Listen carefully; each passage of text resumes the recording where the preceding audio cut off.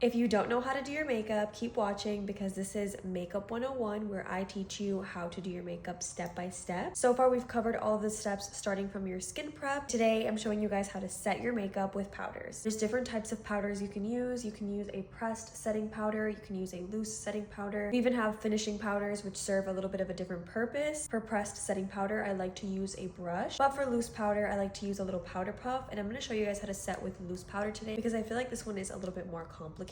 I like to set all of the areas where I've put foundation or concealer. I'm not going to go ahead and set directly on top of my bronzer or my blush. So you just dump a little bit of the powder onto the lid. Take your powder puff. This is a mini one because I like it to get in small areas. You're going to tap the product into the powder puff, and then you're going to go ahead and tap the excess onto the back of your hand. That's going to help to prevent you getting like way too much product, and then you're just going to tap it in onto the area that you want to set. We just tap it. Make sure you're tapping, not rubbing. Again, just avoid the rubbing motion overall. Notice how that already looks extremely airbrushed compared to this side. Then I'm just gonna grab some more product and repeat. Setting around the face. Now for underneath the contour, I do like to do a little line like this with some extra product just to kind of carve it out and define it. Can't forget to set the forehead. And now I'm taking my brush and I'm just going to lightly dust off the excess product. Now your base looks very flawless, airbrushed, and it's locked in. Now this part is optional. You can add powder blush and powder bronzer on top. If you really want your makeup to be set, then I recommend doing this. This is the Makeup by Mario powder bronzer. And I'm basically just going to tap the brush into the product, tap off the excess, and then I'm just going to tap my brush lightly right on top of where you put that cream bronzer. As you can see, I am always tapping. I'm doing the same to where we put the cream bronzer on the forehead. And now for your powder blush, you can just go ahead and top your cream blush with